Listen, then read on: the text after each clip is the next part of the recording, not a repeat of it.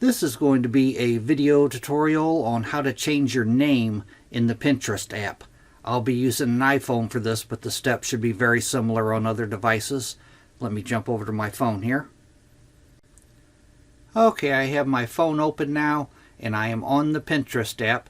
To change your name on Pinterest, first thing you want to do is tap on your profile icon in the lower right-hand corner. Then you will tap on the 3-dot hamburger menu in the upper right-hand corner. Then you will tap on Settings. Next, you want to tap on Public Profile. And right in here, this is your name right here. You just tap on your name, and you can change it to whatever you would like. After you're done changing it, you just tap on Done.